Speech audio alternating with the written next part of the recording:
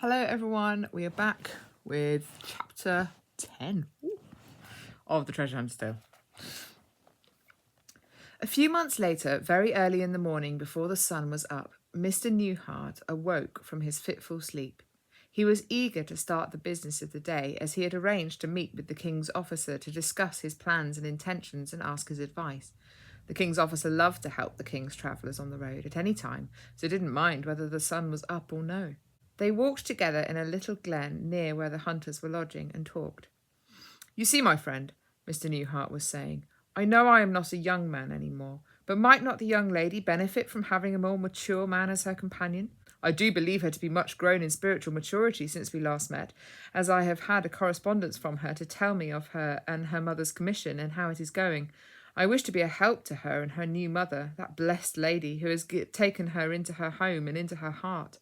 At this he smiled fondly of all he had been told of dear old Miss Poor-in-Spirit. "And does the lady respond to a letter from you, or has this come from her?" asked the officer wisely, for he cared deeply for matters of the heart. "Well, I confess I have written to her, but only to tell her our condolences on the parting of her other companion." "And how did you come to hear of that?" "Well," said Mr. Newhart, blushing, "I did write just a small note to her, to tell her that I thanked the king upon every remembrance of her."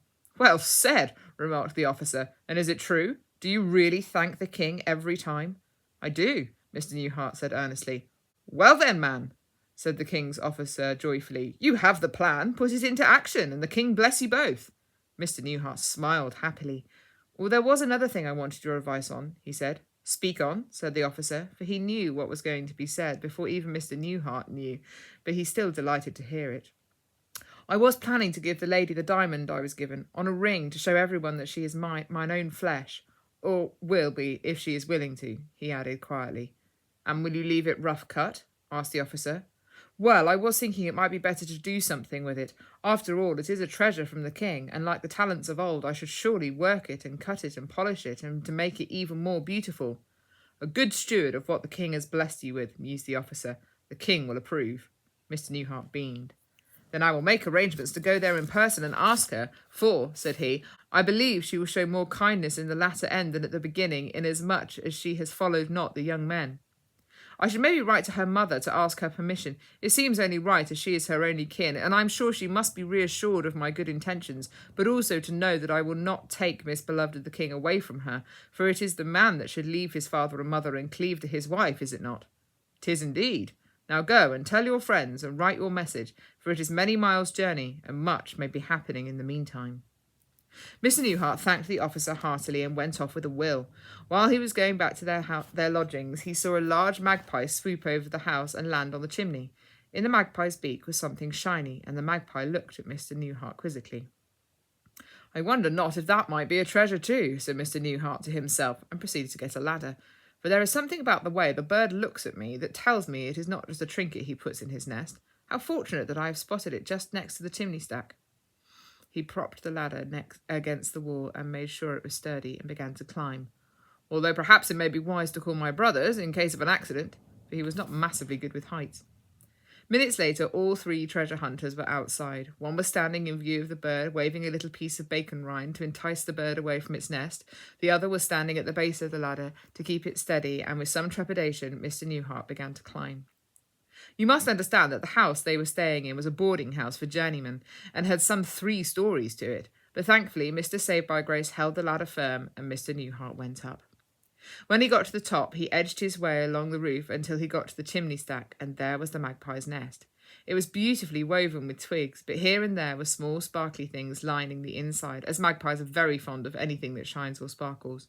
There was a small strip of some thin metal, a large brass button, and other trivialities, but there, in the middle of the nest, newly dropped because it had not yet been woven in, such was the sudden departure of the bird when he saw the bacon rind, Mr. Newhart took it gently from the nest, so as not to disturb it, and looked at it.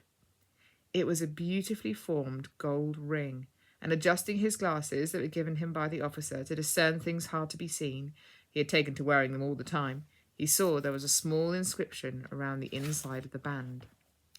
Now, have you ever looked at the inside of a ring? The writing is tiny and often only states the size and purity of the ring, but as Mr. Newhart turned it round, he noticed other writing.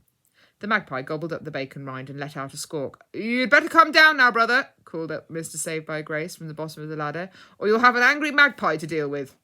Mr. Newhart slipped the ring onto his finger so as not to lose it on the challenging journey down, for everyone knows it is more tricky to climb down a ladder than go up it. Once his foot reached the ground, the magpie flew up to its nest once more. Mr. Newhart thanked Mr. Saved-by-Grace for holding the ladder steady, and the men gathered round him to see what he had found. He held up the ring. "It's got writing on it. It says, 'As for me and my house, we will serve the Lord.'" "Aha!" said Mr. Saved-by-Grace and Mr. Discover the Truth. "From the dear man Joshua, when he challenged the people he was leading out of the desert after 40 years, recalled Mr. Discover the Truth. "The full verse reads as follows," he said, pulling out his pocket Bible. "Choose you this day whom you will serve, but as for me and my house, we will serve the Lord." "Another treasure," he observed, closing his Bible and putting it back, "and one not to be taken lightly, for did not the people in the desert promise glibly to follow the king and then soon turn their backs on him?" "Not just once, but over and over again," said Mr. Newhart.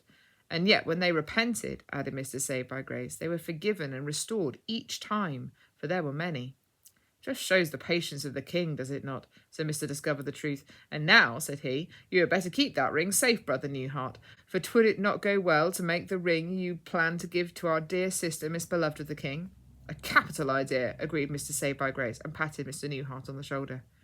Mr. Newhart thanked his friends heartily, and then went into his room and with a great will wrote his letter to old Miss Poor-in-Spirit. It was the nicest letter, full of manful declarations tempered with brotherly love.